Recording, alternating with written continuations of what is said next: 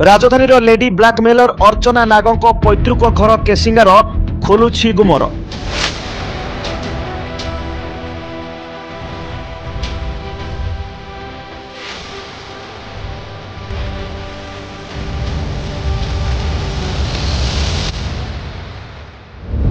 कलाहांडीर lady blackmailer अर्चना नाग को police तरबरिया भाव में गिरफ करनेला सत, किंतु ता सहित जो बड़ बड़िया लोकों लिंक रही ताहा सामना को आनिबा को साहस करुनी कि पुलिस, ताहा सबुठारु बड़ प्रश्न।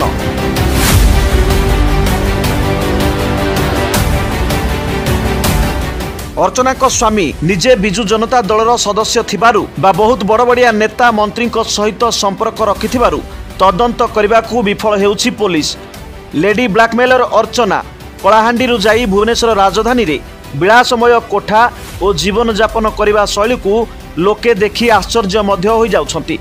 अन्यपटे एही ब्लैकमेलर अर्चना को ससुर घर बालेश्वर रे एक झुपुड़ी घर होइथिबा बेले तांको पैतृक घर वर्तमान केसिंगा अंचल रे 2 महला कोठा रहिछि।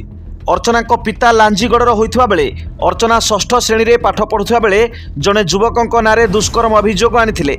परे मां लांजीगढ़ ट्रांसफर होई आसी चाकरी पाई केसिंगारे रहिथिले। कलाहांडी केसिंगारे वर्तमान समय रे एक चर्चार विषय सृष्टि होइछि।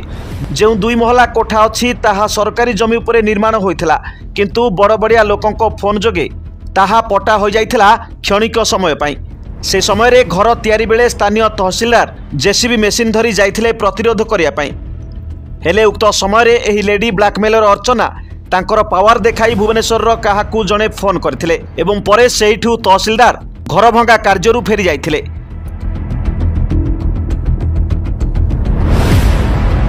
अन्यपटे आमे एही लेडी अर्चना नागों विषय अधिक जानिबा पाई चेष्टा करथिलु। अर्चना नाग जेतेबेले 10म श्रेणी रे पाठ पढुथिले सेही समय जणे युवकों नारे मिछ केस करी ब्लैकमेलिंग करिबा आरंभ करथिले।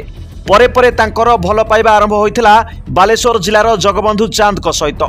भल पाइबार निबिड़ता भितरे निज बापा माँ को भूली जाई प्रेमिक जगबंधु चांद को सहित चली जाइथिले बालेश्वर एवं सेठू दुहे मिसी योजना प्रस्तुत करी भुवनेश्वर राजधानी को जाई चलाइले निजर सेक्स रैकेट एवं ब्लैकमेलिंग कार्य।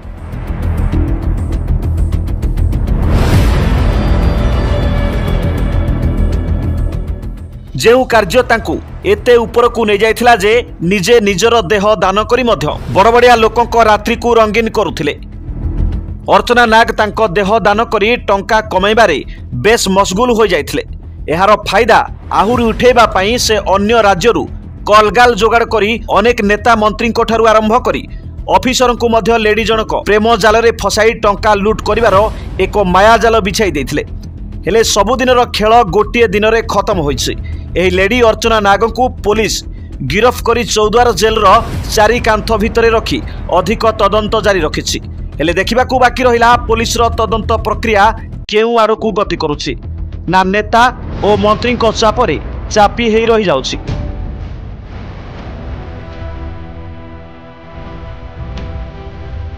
कलाहांडीर सुब्रत कुमार साहू को रिपोर्ट G99 न्यूज।